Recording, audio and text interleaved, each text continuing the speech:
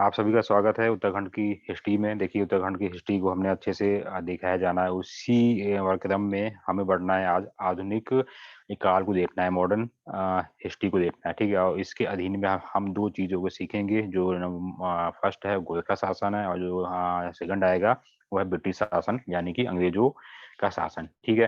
तो पहले मैं आपको दो चार लाइनों में ये समझा दूं कि ये गोरखा शासन की स्थापना यहाँ पर होती कैसे, क्या होता है, ठीक है। हालांकि हम लोगों ने हिस्ट्री में एक लाइनों में तो हमने अच्छे से ये समझा है कि भाई उत्तराखंड में दीप या कुमाऊं में दीप चंद का जब शासन था तो उनके एक ये मिनिस्टर हुआ करते थे, हर्षदेव जोशी, ठीक हो गया। तो दीप चंद का शासन जो था वो इतना अच्छा नहीं था। उनके शासन में अस्त व्यस्तता जो है इतनी थी कि फड़त्याल और मेहरा लोग जो बड़े बड़े उच्च जो पदों पर बैठे हुए थे, वो उनकी मतलब कि इतनी ज्यादा वो हो चुकी थी, आप कह सकते हैं। उनका इतना दबाव था, प्रभाव था कि उनकी वो जब चाहे किसी को भी राजा वो बना दें और जब चाहे किसी को हटा दें। तो उसी क्रम में उन्होंने क्या किया, दीप चंद को हटा दिया, ठीक हो गया। और मोहन चंद को जो बना दिया था राजा, मोहन सिंह रौतेला को, ठीक है। तो वो सारी कहानी मैंने जो समझा रखी है, और जो बच्चे नए हैं तो वो मेरे वीडियोस को यूट्यूब पे देख लेंगे। और उसके आगे की जो कहानी है, जहाँ से आज को हमें लेके चलना है गोरखा शासन की, यानी कि अब वो स्थापना अब यानी कि वो यहाँ पर उत्तराखंड में कुमाऊं पर हो चुकी थी, उसके बारे में। तो अब थोड़ा सी बैक में हम जाएंगे। तो उसमें होता क्या है कि 18वीं सदी के अंत तक, यानी कि जब हम 17वीं शताब्दी के लिए बात आप यहाँ पे हम जो रख रहे हैं, तो उस समय की रूपरेखा को हम देखेंगे। हालांकि आप सभी जानते हैं कि 1790 में कुमाऊं पर गोरखाओं का आक्रमण हुआ था। उसी समय से थोड़ा पहले को हम जाएंगे, ठीक है। यानी कि वो जो साल रहा होगा 1780 का, 75 का समथिंग का।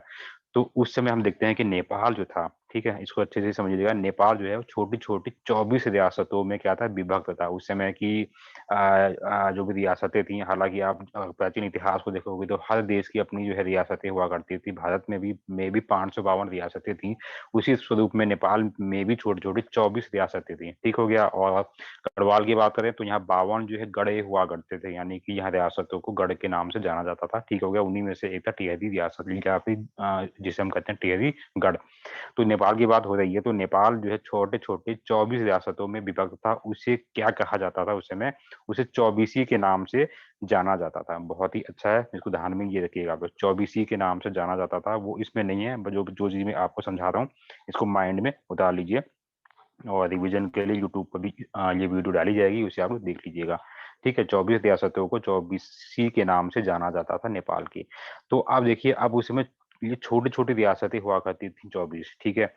तो नेपाल के जो भी शासक हुआ करते थे, नेपाल को भी प्राचीन काल में डोडी के नाम से जाना जाता था। तो उन रियासतों में जो शक्तिशाली जो राजा हुआ करता था, उसने क्या किया, इन 24 रियासतों को उसने क्या किया, अपने अधीन कर लिया। और उसकी महत्वाकांक्षा जो है बढ़ती गई। इतिहास हमें यही कहता है कि जो भी सम्राट हुआ है, उसकी जो समाजवादी जो नीतियां थी, वो साम्राज्य विस्तार को लेकर ही थी, ठीक है। मैक्सिमम सभी केस में हम यही देखते हैं। उसी क्रम में हम देखते हैं कि जब नेपाल जो अभी आधुनिक यानी कि वर्तमान का जो जो ये नेपाल है, वो डोडी के 24 रियासतों में वो टूटा हुआ था, जो बाद में एक होता है। और बाद में उनकी भी समाजवादी जो विस्तार की भावना बढ़ती है, और वो धीरे धीरे आगे की ओर बढ़ते जाते हैं। उसी क्रम में जो है वो हर्षदेव जोशी के कहने पर या उसकी सहायता से, ठीक है, वो क्या करते हैं, कुमाऊं पर भी अपना आक्रमण कर देते हैं। कौन करते हैं, गोरखा शासन। तो वहां से ये जो शासन था, ये भी नेपाल के अधीन में चला गया था, ठीक है। अभी इसी से एक मैंने सवाल अभी आप लोगों से पूछा भी था, भाई नेपाल के जो शासक थे, ठीक है। तो हालांकि वो जो किस वंश से संबंधित थे, ये भी सवाल कभी दिया जा सकता था, दिया जा सकता है। ये भी मैंने आपको समझाया। आप लोग मुझे कमेंट बॉक्स में आंसर देंगे किस वंश से संबंधित वो थे, ठीक है। तो अब देखिए, अब जब उनका जो आधिपत्य है ये कुमाऊं में और गढ़वाल में हो गया, तो ये जो सारी जो रियासतें हैं, ये सभी जो है ये नेपाल यानी कि डोडी के शासन के अधीन चलेगी। तो यहीं से मैंने अभी आप लोगों से सवाल पूछा था। तो भाई शासक जो नेपाल के थे, डोडी के शासक, तो वो क्या स्वयं नेपाल स्वयं ये कुमाऊं और गढ़वाल पर उन्होंने कभी शासन यहाँ पर आकर कभी किया? तो कभी नहीं किया। उन्होंने यहाँ के शासन के लिए अपने अधिकारी नियुक्त किए। वही मेरा सवाल था, वो सुब्बा कौन था, ठीक है। अभी इसी सेशन में आएगा वो, हम फिर मैं इसी पॉइंट को दोबारा से लेकर आऊंगा। तो इतनी बातें आप लोग समझ गए होंगे। तो अब बढ़ते हैं आगे की।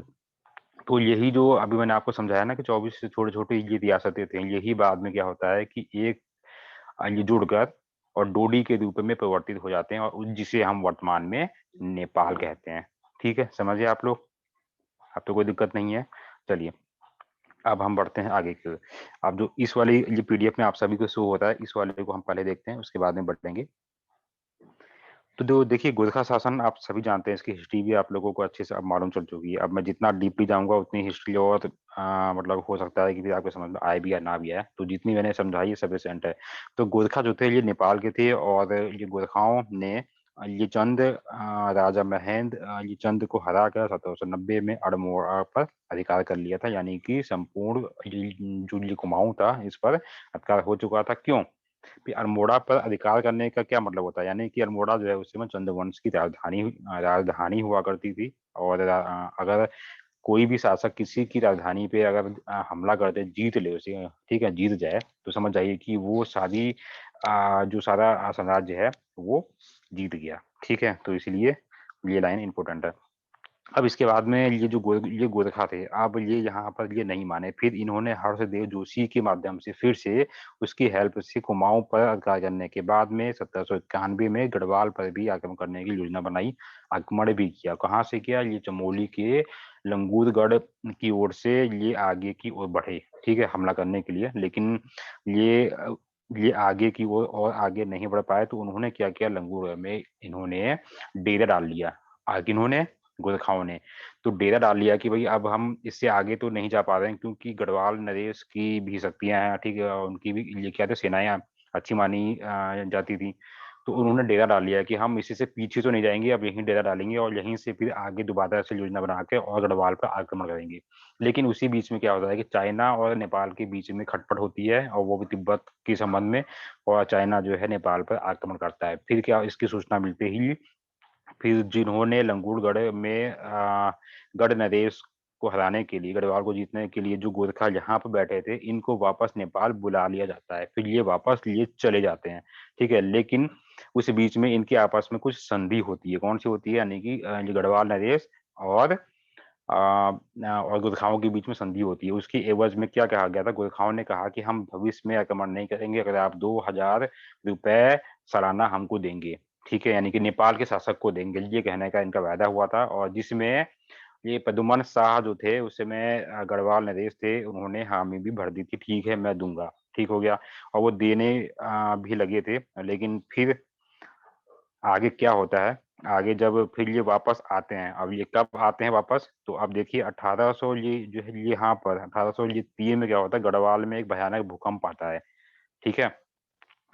और इस भूकंप में कहा जाता है कि गढ़वाल में जितने भी मकान थे, हालांकि उस समय रियासतें हुआ करती थी, ठीक हो गया, और उन रियासतों में जनता प्रजाओं के छोटे बड़े ये घर हुआ करते थे, तो 80% जो घर थे वो तबाह हो चुके थे। इतना भयानक वो था, भूकंप था। और इसी का लाभ उठाकर अब इन्होंने क्या किया, गोरखाओं ने आक्रमण कर दिया, सीधे श्रीनगर की ओर पहुंच गए, ठीक है। तो यहाँ तक की ये कहानी अच्छे से ध्यान रखिए, जब तक मैं आगे बढ़ूंगा फिर आगे को मैं आपको समझाऊंगा। तो अब क्या होता है कि ये यहाँ तक की कहानी हो गई। फिर ये फरवरी 1803 को संधि के विरुद्ध ठीक जाकर गोरखाओं ने अमर सिंह थापा और हस्ती दल चौरातिया के नेतृत्व में ये पुनः गढ़वाल पर आक्रमण ये कर देते हैं और सफल भी होते हैं। क्योंकि देखिए जो संधि हुई थी, मैंने आपको अभी भी बताया था, 1791 में संधि हुई थी, लंगोरगढ़ की संधि, जो कि गोरखाओं ने बाद में 1800 यहाँ 3 में जो तोड़ दी, ठीक है। क्योंकि इनको भाई इनको सत्ता लेनी थी। हालांकि जो पदुमन शाह थे, उन्होंने वार्षिक 2000 रुपए देने का वायदा भी कर दिया था कि मैं दूंगा, लेकिन आप लोग यहाँ पर आक्रमण नहीं करोगे। लेकिन होता उल्टा है, ठीक है। तो अब यहाँ पर ये आक्रमण ये कर देते हैं, ठीक है। तो फाइनली इसमें एक कहानी ये है। देखिए अब यहाँ से 2-4 सवाल भी आ सकते हैं, इसलिए अच्छे से सुनिएगा, ठीक है। तो अब जब आक्रमण करते हैं तो श्रीनगर से ठीक है, उस समय श्रीनगर जो है राजधानी हुआ करती थी किसकी? गढ़वाल नरेशों की। अब मुझे अब ये बताओ कि हिस्ट्री में कि कौन सा गढ़वाल नरेश था जिसने अपनी राजधानी आ, ये चमोली से श्रीनगर में लेके आया था, यानी कि चांदपुर गढ़ी से श्रीनगर लेकर आया था। वो आप तो अभी देंगे आंसर। तो जब गोरखा श्रीनगर में जब आक्रमण करते हैं, तो ये बात पद्मन शाह को पहले ही मालूम हो चुकी होती है, ठीक है, कि इनका आगमन हो चुका है, अब यहाँ से निकल जाना ही उचित होगा। तो होता क्या है कि वो वहाँ से फिर देहरादून की ओर वो चले जाते हैं, अपनी जो भी संपत्ति होती है, संपत्ति का डेट मीन्स की जो हीरे सोने चांदी होते हैं अपने, वो सब लेके वो चले जाते हैं, ठीक हो गया, और अपनी फैमिली को लेकर।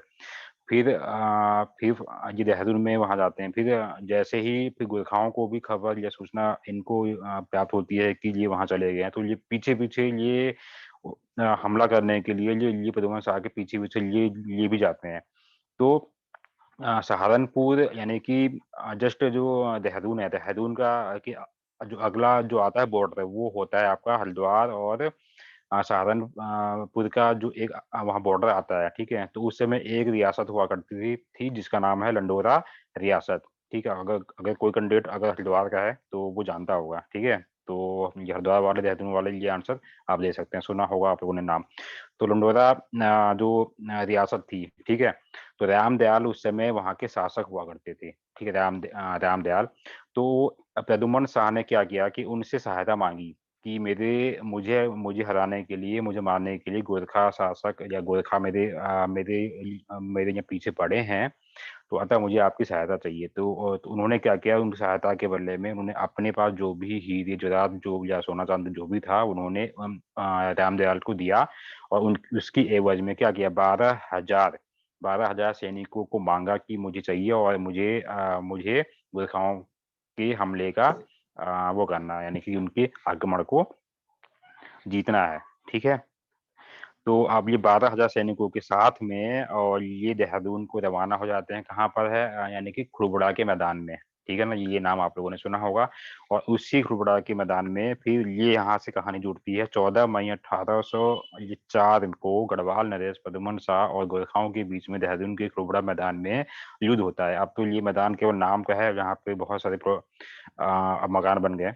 तो यहाँ पर युद्ध होता है, और जिसमें क्या होता है, प्रद्युम्न शाह जो है शहीद हो जाते हैं, ठीक हो गया। उसके बाद सारी जो सत्ता होती है वो ये गुरखाओं के हाथों में चली जाती है, ठीक है? यहाँ तक की कहानी आपके समझ में आ गई।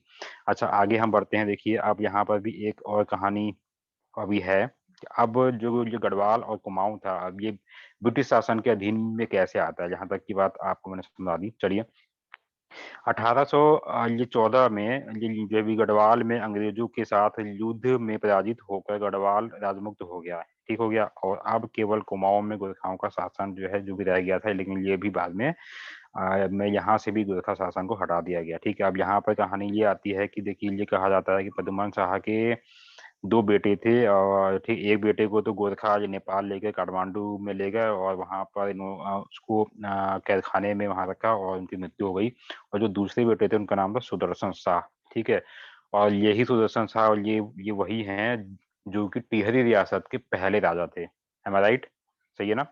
तो अब ये सुदर्शन शाह ये क्या करते हैं कि ये जब इनको सबको मालूम हो जाता है कि ऐसा-ऐसा हो गया है, अब मेरे हाथ में अब बिल्कुल कुछ नहीं है, तो ये ब्रिटिश शासन के अधीन ये चले जाते हैं, शरण लेते हैं, और वहीं पर कई वर्षों तक रहते हैं, ठीक हो गया? और ब्रिटिश शासन से अब विनती करते हैं, ठीक है? और उनके बीच में संधि होती है कि ये जो गढ़वाल है, इस पर जो है आक्रमण जो भी किया जाए, और मेरी रियासत को मुझे जो है दिलाया जाए। इसकी एवज़ में इनकी संधि होती है ब्रिटिश सरकार के साथ में, ठीक है? तो ये ब्रिटिश सरकार जो है, ये क्या होता है, ये जो मान जाती है, और फिर फाइनली जो होता है 1814 में गढ़वाल पर ब्रिटिश शासन जो ब्रिटिश होते हैं, ये लोग हमला कर देते हैं, ठीक है। तो फाइनली फिर जो गोरखा थे वो यहाँ से हार जाते हैं वापस, ठीक है। तो कर्नल ये निकोल्स और कर्नल गार्डनर, ठीक है, ने अप्रैल 1815 में कुमाऊं को अल्मोड़ा, ठीक है, यानी कि कुमाऊं के अल्मोड़ा, वो जनरल अटनोनी ने 15 मई 1815 को वीर गोरखा सरदार अमर सिंह थापा से ये मालाओं का ये किला जीत लिया। यानी कि जो गढ़वाल पर विजय प्राप्त करने के बाद में ब्रिटिश सरकार जो है, ये कुमाऊं पर भी गोरखाओं के ऊपर हमला करती है और जीत लेती है, ठीक है। और उसके बाद में जो कमिश्नर होते हैं, जैसे कि ये कभी-कभी सवाल दिया भी जाता है ना, कुमाऊं के पहले कमिश्नर या दूसरे कमिश्नर ये कौन-कौन है? तो पहले कमिश्नर तो यही है, ये कर्नल गार्डनर, ठीक है। और जो दूसरे हैं उनका नाम है, शॉर्ट में बोलूँगा, उनका नाम है ट्रेल। ठीक है, तो दो तो फिलहाल आप लोग ध्यान में रखिएगा। ठीक है, चलिए अब हम बढ़ते हैं आगे की ओर। इतनी कहानी अच्छे से आप लोग समझ आइए। तो 27 अप्रैल 1815 को कर्नल गार्डनर तथा गोरखा शासक बमशाह के बीच में संधि होती है, और इस संधि के तहत में कुमाऊं की सत्ता अंग्रेजों को सौंप दी जाती है। ठीक है, तो जिसे हम इतिहास में संगोली की संधि के नाम से भी जानते हैं। कुमाऊं और ये गढ़वाल में गोरखाओं का शासन ये 25 वर्ष और साढ़े 10 वर्षों तक ये रहा है, जो कि बहुत ही अत्याचार पूर्वक था। और इसी अत्याचारी शासन की वजह से उत्तराखंड के इतिहास में गोरखाओं को गोरखाली की संज्ञा दी गई है, और ये भी कई बार सवालों में आता है, तो इसलिए ध्यान में ये रखिएगा। और ये इसमें से कई बार सवाल आ चुके हैं कि कुमाऊं पर और गढ़वाल पर कितने कितने वर्षों तक का गोरखाओं का शासन रहा है। ठीक हो गया। हालांकि एक चीज और आप ध्यान में रखिएगा कि चंद वंश के बाद ही जो है गोरखाओं का शासन होता है लागू। और चंद वंश के समय में आप लोग जानते हैं कि 36 प्रकार के कर लगाए जाते थे किसके ऊपर, जनता के ऊपर। हालांकि उन करों को गोरखाओं ने हटा दिया था, लेकिन इनकी मेन मंशा ये थी कि भाई कि आपकी इनका एक ये ऐसा प्रवृत्ति थी। तो हालांकि जो या कुमाऊं में या गढ़वाल में ये बड़े बड़े जो लोग हुआ करते थे, पंडित फरदयाल मेहरा आदि लोग, तो ऐसा समझा जाता था कि जो जाति में ये जो गोरखा हैं ये उनसे नीचे आते हैं। तो अपने प्रभुत्व को बनाए रखने के लिए उन्होंने उत्तराखंड में किसी भी ब्राह्मण को सर उठाने नहीं दिया। उनके ऊपर भी दमनकारी और कई प्रकार के उनके ऊपर भी कर लगाए गए कि ये सदैव सभी जो भी प्रजा है कोई भी हमसे ऊपर सर उठा ना पाए। ठीक है, तो यही उनका शुरू से ही मोटो रहा है कि जितना हो सके। हालांकि चंद्रवंश के 36 करों को हटाकर ये अपनी मनमर्जी से करों को लागू करते थे, जो कि बहुत ही अत्याचार प्रकार का होता था, और हर गरीब से जो टैक्स लिया जाता था। ठीक है, और सबसे सबसे बेहद रोचक बात, रोचक क्या बोलेंगे इसे, कि बहुत ही एक दयनीय जो कंडीशन हो चुकी थी कि एक इतिहासकार यह भी लिखते हैं कि हरिद्वार जो था वो दासों का केंद्र था। गोरखा शासन में दास पूरे उत्तराखंड से जो मंगाए जाते थे, बुलाए जाते थे। जिनके कोई फैमिली गरीब है, उनकी अगर बेटे हैं बेटियां हैं, तो उनको हरिद्वार ले जाकर वहां पर बेचा जाता था। ठीक है, तो तो इस प्रकार का शासन था गोरखाओं का। चलिए आगे हम बढ़ते हैं। गोरखा राज्य का इतिहास और कुमाऊं में आधिपत्य। ठीक है, तो वर्तमान में काली नदी के पूर्वोत्तर से लेकर दार्जिलिंग सिक्किम की पश्चिमी सीमा मोची नदी तक फैला हुआ संपूर्ण पर्वतीय प्रदेश था। उसके पदतल में स्थित ये नेपाल के नाम से जाना जाता था। एक ऐसा क्षेत्र जो यहाँ जहाँ तक ये फैला हुआ था उसके बीच में ये था, ये नेपाल था। ठीक है, और ये लाइन मैंने आपको समझा दी। ये कुमाऊं पर गोरखाओं का 25 वर्ष बहुत ही अन्याय और अत्याचार पूर्वक इनका शासन रहा है। नेक्स्ट है 18वीं सदी तक नेपाल उस छोटी सी क्षेत्र का नाम जो कि नदी का नाम जो कि ये कोसी नदी और त्रिपुली या त्रिपुसी नदी ये तक ये फैला हुआ था। यानी कि ये इस नेपाल की बात यहाँ पर हो रही है। और ये जो और वहाँ पर नेवार जाति के लोग जो बसे हुए थे, जो मतलब जिस प्रजा के रूप में जो वहाँ जातियां थी वो नेवार के रूप में थी। और जिसके नाम से ही जनरली ये नेपाल का नामकरण भी हुआ था। यानी कि 24 रियासतों की बात जो मैंने अभी आपको समझाई थी शुरुआत में, तो 24 रियासतें बाद में जब एक हुई तो उसे रोडी या नेपाल की संज्ञा वो दी गई, और इस जाति के नाम पर ही नेवार। ठीक हो गया। तो नेवारों के पश्चिम में काली नदी के पूर्वोत्तर तक ये प्रदेश 24 कहलाता था। मैंने ये भी समझाया ना कि 24 यानी 24 रियासतें थी उस समय। तो इसलिए ये संपूर्ण जो ये नेपाल था ये 24 कहलाता था। और 24 ठकुराइयों में होने की ही ठकुराइयों का मतलब है रियासतें, तो 24 छोटी बड़ी रियासतों में ही होने के कारण इसे 24 भी कहा जाता था। ठीक है, आगे बढ़ते हैं। 24 के अंतर्गत ही ये कास्की नामक ठकुराई थी। ठकुराई का मतलब अब ये ध्यान में रखिएगा, रियासत। ठीक है, ये जो पहले का ये नाम है ठकुराई, या फिर ठकुराई और या रियासत। तो जिसके अधीन जो है अधीन गोरखा नामक ये प्रमुख पर्वतीय राज्य भी हुआ करता था। और ये वहीं से ये निकले हुए थे और संपूर्ण ये नेपाल में ये छा चुके थे। ठीक है, तो अनुसूचियों के अनुसार गोरखनाथ के ये नाम पर ही इस क्षेत्र का नाम गोरखा पड़ा और यहाँ के निवासियों का नाम गोरखाली या गोरखा के रूप में जाना गया। ठीक है, इतनी चीजें आप ध्यान में रखिएगा। गोरखा शासन के शासक दिव्य शाह ने अपने पुरोहित गणेश पांडे के साथ में ये मिलकर विस्तारवादी नीति की शुरुआत की और दिव्यवाह के ये पश्चात ये पुरंदर शाह, छत्र शाह, मतलब ये उस समय के डोडी के शासकों के लिए कुछ ये नाम है। ठीक है, तो इसी में एक नाम आता है रुद्र शाह के ये पुत्र पृथ्वी नारायण शाह थे, जिसने क्या किया, पूर्वी नेपाल का एकीकरण किया। पूर्वी नेपाल का मतलब है कि वो हिस्सा जो कि सिक्किम साइड से या वेस्ट बंगाल का जो ऊपरी वाला हिस्सा है उससे जो लगा हुआ जो ये नेपाल का भाग है, ठीक है, उसको क्या किया, एक सूत्र में इन्होंने जोड़ दिया। और रुद्र इसीलिए रुद्र शाह के जो ये पुत्र हैं पृथ्वी नारायण शाह, इन्हें जो है आधुनिक नेपाल का निर्माता भी कहा जाता है। कभी आप लोगों से पूछ देगा तो इतनी चीजें ध्यान में रखिएगा। ठीक है, तो पृथ्वी नारायण शाह के लिए बाद कौन आता है, प्रताप शाह आते हैं।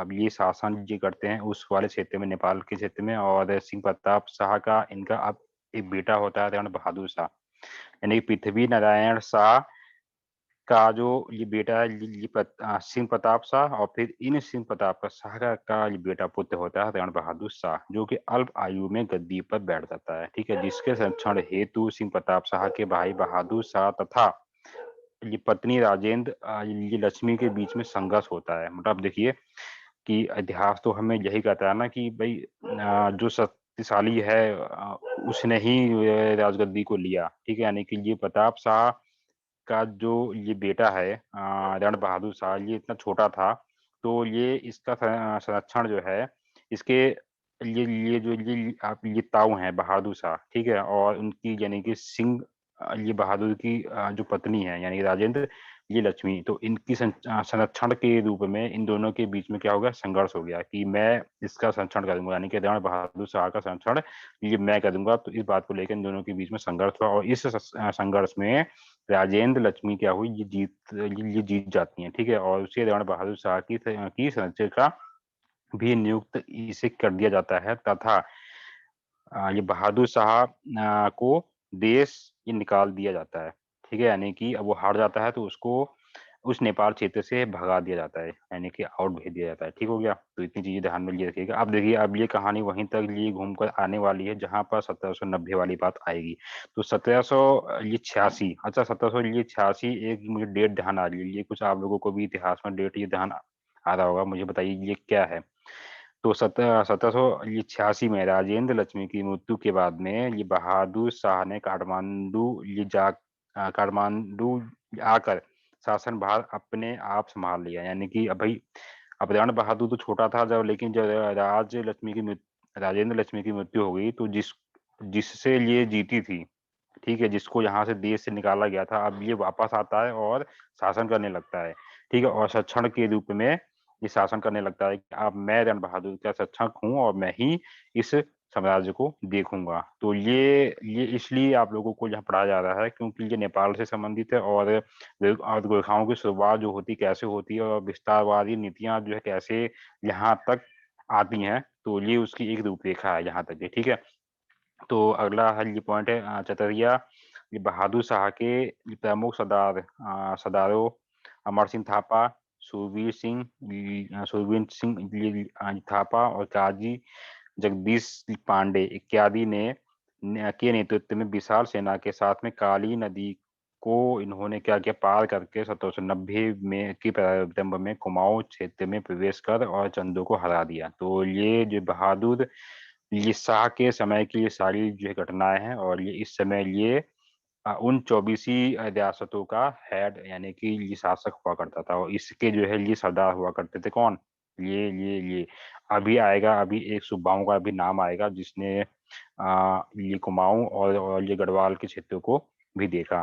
ठीक है, वो भी अभी हम जानेंगे, आगे आने वाला है। तो लिंक अगर कटेगा दोबारा से आप ज्वाइन हो जाइएगा। ये प्रथम ये गंगोली तत्पश्चात हवाला बाग में हुए युद्धों के बाद 18 अप्रैल 1790 को अल्मोड़ा के मल्ला महल पर कब्जा प्राप्त कर लिया गया। ठीक हो गया, यानी कि फाइनली जो जो फाइनली ये गोरखा थे, जिन्होंने क्या किया कि 18 अप्रैल 1790 में, आप देखिए डेट सहित भी कभी कभी सवाल पूछा जाएगा, तो इस डेट में अल्मोड़ा के ऊपर ये मल्ला महल उस समय राजधानी का एक ये केंद्र हुआ करता था, इस पर जो है कब्जा कर लिया गोरखाओं ने। उसके बाद में ये हिस्ट्री सब मालूम है आपको। अच्छा, यहाँ से एक सवाल बनता है, ये आया भी था, मल्ला महल का निर्माण किसने करवाया? ये सब मैंने आप लोगों को हिस्ट्री में समझा दिया है, मैं बढ़ूंगा आगे। तो गोरखों की सामाजिक, आर्थिक, न्यायिक और प्रशासनिक ये व्यवस्था जो है ये चंदों से ये अलग नहीं थी। ठीक हो गया, यानी कि उनकी जैसी ही थी, उन्हीं के अनुरूप वो लोग चल रहे थे। लेकिन लेकिन जो सुब्बा थे, सुब्बा समय समय पे वो बदल रहे थे, यानी कि जो शासन, जो नेपाल के राजाओं के जो सुब्बा यहाँ पर थे, जो सारा प्रशासनिक चीजों को देख रहे थे, वो बार बार जो बदल रहे थे, तो जैसे जैसे बदल रहे थे वैसे वैसे इनके नियम और कानून भी बदल जाते थे। ठीक है, तो इसलिए इनकी कोई एक सामाजिक, आर्थिक या न्यायिक ये व्यवस्था एक नहीं थी, कहने का मतलब ये था। तो इसलिए इतिहास में इसको ज्यादा मतलब कि एक रूपता से पढ़ा नहीं जाता, ये इसको एक रूपता से पढ़ा नहीं जा सकता। ठीक है, इतनी चीजें ध्यान में रखिएगा। नेक्स्ट है, इन्होंने ये चंद्रवंशी जो कर की व्यवस्था थी, 36 जो भी वो थे हुआ करते थे ये चंद्रवंश के शासन में, टैक्सेस, तो जिसे जो है कहा जाता था 36 रकम 32 कलम। ठीक है, तो ये नाम भी ये कई बार आ चुका है सवालों में, आप लोगों ने देखा होगा। तो ये वही था, तो इसको जो है इन्होंने, यानी कि गोरखाओं ने इसको ध्वस्त कर, यानी कि इसको हटाकर और अपने हिसाब से ये नई राज्य व्यवस्था को इन्होंने जन्म दिया, जो कि ये चंद काल की सबसे ये बुरी साबित हुई। ठीक है, तो इतनी चीजें इंपोर्टेंट है, ध्यान में आप लोग सब लोग रखिएगा। चलिए हम बढ़ते हैं आगे को, जब तक, और बीच बीच में जो भी आप लोगों से सवाल पूछा जाए आंसर आप लोग दीजिएगा। नेक्स्ट है, और ये चीजें हमने देख ली, गोरखाओं के उत्पात को, यानी कि उनके अत्याचारित शासन को इतिहास में गोरखाली के नाम से जाना जाता है। ये भी सही कई बार आ गया है सवालों में, इंपॉर्टेंट है, ध्यान में रखिएगा। चलिए, और तो बाकी ये चीजें इंपॉर्टेंट नहीं है। अच्छा, चलिए एक अभी हम देखते हैं आगे। तो ये बहराम चरतिया, हस्तिदल चरतिया भी राज परिवार से ही संबंधित थे, और सुब्बा राज्यपाल अथवा ये प्रांतिपति को सुब्बा कहा जाता था, यानी कि जो कि ये नेपाल के ये गोरखाओं के क्या थे, ये हेड हुआ करते थे, और यही सुब्बा जो होता था, ये पद हुआ करता था, जो कि उत्तराखंड में गोरखाओं के अधीन साम्राज्यों के ऊपर प्रशासनिक कार्य करता था। ठीक है, और इसकी रिपोर्टिंग जो है नेपाल के, यानी रूडी के शासकों को दी जाती थी, और यहीं से सारा जो जो जो पैसा है, धन दौलत है, आदि जो भी चीजें हैं, वो यहाँ से नेपाल भेजी जाती थी। ठीक है, और इसकी नियुक्ति नेपाल नदेश प्रधानमंत्री की सलाह पर जो करता था, कि जो है कि मतलब किसे भेजा जाना है सुब्बा के रूप में, या कुमाऊं में या गढ़वाल में। हालांकि एक ही होता था सुब्बा, जो कि दोनों ही क्षेत्रों को देखता था। अब कौन था आगे आएगा, ये रहे वो सुब्बा, यही सवाल मैंने आप लोगों से पूछा हुआ था। तो कुमाऊं के प्रमुख सुब्बाओं के रूप में ये नाम आते हैं सामने, हालांकि इनके अधीन में गढ़वाल का क्षेत्र भी दिया जाता था। ठीक है, तो जोगामल, तो ये इंपोर्टेंट है, नाम ध्यान में रखिएगा। देख लीजिए 1790 से ये 93, ये 3 वर्षों तक रहा है। ठीक है, बहुत इंपॉर्टेंट है, और यही ये कुमाऊं का पहला सूबा नियुक्त हुआ था गोरखाओं का, बहुत इंपॉर्टेंट है। और ने ये बीसी भूमि व्यवस्था को इसी ने ही करवाया था, और प्रत्येक आबाद जमीन को ये प्रति बीसी अथवा 20 नाली जमीन के ऊपर ₹1 टैक्स लगाया जाता था। ठीक है, तो इतनी चीजें आपको रखनी नहीं है, बस ये ध्यान में ये रखेगा, ये बीसी भूमि वाली जो व्यवस्था थी, ये कौन लेके आया था? जोगामल, जो कि पहला सूबा था गोरखाओं का और कुमाऊं में। ठीक है, बहुत इंपॉर्टेंट नाम है। उसके बाद के लिए सारे ये सूबाओं के लिए नाम दिए गए हैं, हालांकि इतने सारे नाम आपको पढ़ने नहीं है। अमर सिंह जी थापा का नाम आप लोगों ने सुना होगा, तो यह भी इनका बाद में सूबा नियुक्त हुआ था 1795 में। ये लाइन कभी भी आ सकती है, क्योंकि ये शुरू से गोरखाओं का सरदार रहा है। ठीक है, और सेनापति भी रहा है, तो ये आ सकता है। ये बाद में सूबा भी नियुक्त हुआ था 1 साल के लिए, यानी 1 साल से भी कम समय के लिए, बहुत इंपॉर्टेंट है। ठीक है, तो इतनी चीज ध्यान में लिए आप लोग रखिएगा। चलिए हम बढ़ते हैं आगे की ओर, और अब ये जो बाकी चीजें हैं इनको एक बार आप लोग देख लीजिए, हालांकि जो इम्पोर्टेंट है मैं आपको समझा देता हूँ। चलिए आगे हम बढ़ेंगे। देखिए एक सूबा का नाम आता है, ये आपका ये 10वें नंबर पर है, तो ये भी पूछा जा सकता है। इसका नाम है गजकेसर ये पांडे, ठीक है। तो कृष्णानंद को नायाब, यानी कि इस देखिए सूबा के अधीन में नायाब सूबा भी हुआ करते थे, तो इसके अधीन में ये कृष्णानंद जो था नायाब सूबा हुआ करता था। और 1800 ये 3 है, जिस समय गढ़वाल में भूकंप आया था, तो 1803 गढ़वाल में आए भूकंप के कारण श्रीनगर का श्रीनगर राजा का ये महल जो है क्यादी टूटने की खबरें जो मिलने पर इसके समय में ही अमर सिंह थापा बहराम और हस्तिदल आचार्य ने एक बड़ी सेना के साथ में गढ़ राज्य यानी कि जो है क्या क्या गढ़वाल पर हमला कर दिया। तो उस समय पूछा जा सकता है कि जब इन्होंने इस समय हमला किया था तो कौन सूबा था यहाँ पर, ठीक है। तो ये गजकेसर ये पांडे है, जो कि जो है काजी भी था, ठीक है। यानी कि काजी मतलब ये दीवान था, बाद में ये सूबा ये बन गया था, ठीक है। अब जैसे हम कह सकते हैं प्रमोशन लेके बना हो या जैसे भी बना हो। तो 1 सितंबर 1803 में गढ़वाल में भयंकर भूकंप आया था, ठीक है। तो उसी समय की इसी का लाभ जो है उठाकर इन्होंने हमला कर दिया था सीधे जो गढ़वाल पर, ठीक है। चलिए, तो इतनी चीजें। और इस समय जो भूकंप का जो केंद्र था वो था बद्रीनाथ। तो इतनी चीजें आप लोग समझ गए होंगे। इसके बाद की ये कहानी मैंने आपको समझा दी, इसमें और कुछ ऐसा नहीं है। तो ये इंपॉर्टेंट है सब चीजें। चलिए हम बढ़ते हैं आगे की ओर। तो यहाँ तक की भी कहानी हो चुकी है कि ये प्रद्युमन शाह जी ये वीरगति को यहाँ प्राप्त होते हैं। और ये प्रीतम शाह जो है, यानी कि उनके 2 बेटे थे, सुदर्शन शाह और ये प्रीतम शाह। तो प्रीतम शाह को ये काठमांडू ये ले जाते हैं जेल में, और इसके बाद में इनकी मृत्यु जो है हो जाती है। अच्छा, एक नाम और आ सकता है इतिहास में कि अमर सिंह ये थापा, ठीक है, जो कि 1795 में सूबा बनाया गया था कुमाऊं का। अब ये क्या था कि ये कुमाऊं और ये गढ़वाल दोनों ही क्षेत्र का सूबा नियुक्त हुआ था। ये ऐसा व्यक्ति था, मैंने अभी आपको समझाना है कि ऐसे कुछ सूबा थे जो दोनों दोनों को ही देखते थे, कुमाऊं को भी और गढ़वाल को भी। और बहुत सारे ऐसे सूबा थे जो जो केवल जनरली क्या था, कुमाऊं को ही देखते थे, ठीक है। और यहाँ पर गढ़वाल के सूबाओं की बात हमें ज्यादा नहीं करनी है, ठीक है। तो इतनी चीजें आप लोगों के समझ में आ गई हैं, तो एक बार मुझे बता दो, फिर